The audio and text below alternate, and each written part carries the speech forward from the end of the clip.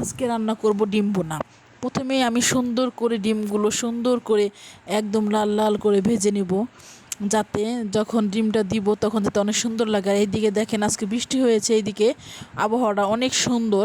আর এইদিকে আমি সুন্দর আবহাওয়া দেখতেছি আর হচ্ছে রান্না করতেছি। আমার রান্না করতে অনেক ভালোই লাগে।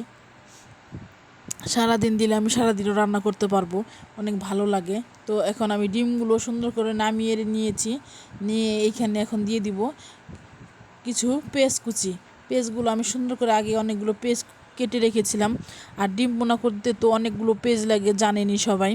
এই তো আমি এখন পেঁয়াজগুলো সুন্দর করে দিয়ে দিলাম। পেঁয়াজগুলো দিয়ে আমি সুন্দর করে একদম নেড়ে চেড়ে সুন্দর করে যখন বাদামি একটা কালার আসবে তখন হচ্ছে আমি পানি দিয়ে দিব। তো এই তো সুন্দর করে আমি এখন পেঁয়াজগুলো ভেজে নিতেছি। আর কড়াইটা হচ্ছে অ্যালুমিনিয়ামের কড়াই, নিচে একটু তেল তেল হয়ে গেছে, তো এই কারণে হচ্ছে শুধু রান্নাঘরে চুলায় রাখলে শুধু নড়ে। তো এটা সবাই ইগনোর করবেন। এই তো এইখানে আমি ডিমগুলো ভেজে রেখেছি, এদিকে পেঁয়াজগুলো হচ্ছে আমি সুন্দর করে এখন ভেজে নিব। একটু গোলাপি পেঁয়াজগুলো বাদামি কালার করে সুন্দর করে ভেজে নিব। এই তো এখন আমি ভাজতেছি, ভাজতে ভাজতে এই তো দেখেন বাদামি রং হয়ে গেছে।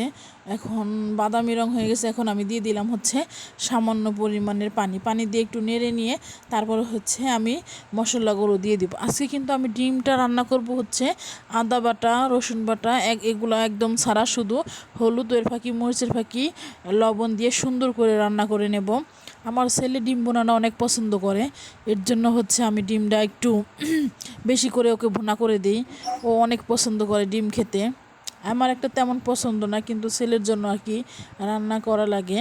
তো আগে অন্য একটা তরকারি রান্না করে রেখেছিলাম, হচ্ছে ওইটা আমি ভিডিও করতে ভুলে গেছি, ওইটা আর কি করি নেই। এখন ডিমটা ভুনে করতেছি, তাই ভাবলাম একটা ভিডিও করে নেই। এই তো আমি সুন্দর করে মশলাগুলো কষিয়ে নিচ্ছি। মশলাগুলো কষিয়ে নিয়ে যখন একদম তেলগুলো উপরে উঠে আসবে তারপরে হচ্ছে আমি ডিমগুলো দেবো। এই তো দেখেন আমি সুন্দর করে মশলাটা কষাচ্ছি। আমাদের এইদিকে আবার হচ্ছে আপনার গ্যাস থাকে না, গ্যাসের অনেক সমস্যা করে, এই কারণে আর কি রান্না করতে গেলে একটু লেট হয়। এই তো দেখেন আমি হচ্ছে পেঁয়াজগুলো একদম হচ্ছে কষিয়ে নিচ্ছে, সুন্দর করে কষিয়ে নিয়ে এই তো আমি এখন দিয়ে দিব হচ্ছে ডিমগুলো। এই তো ডিমগুলো দিয়ে এখন আমি সুন্দর করে নেড়ে চেড়ে একটু কষিয়ে নিব, যাতে ডিমের মধ্যে একটু মশলা লাগে, তাহলে খেতে অনেকটা ভালো লাগবে। কষিয়ে নিয়ে তারপর আমি একটুখানি বেশি পরিমাণে পানি দিয়ে দিব। এই তো সুন্দর করে কষিয়ে নিলাম, কষিয়ে নিয়ে এই তো এখন আমি হচ্ছে দিয়ে দেব কি সামান্য পরিমাণ পানি। আর এইদিকে ভাতটাও বসিয়ে দিয়েছি, পানিটা একটু বেশি পরিমাণ দিব যাতে পেঁয়াজগুলো গলে গিয়ে বোনাটা একটু নরম হয় অনেক, তাহলে আরও ভালো লাগবে খেতে।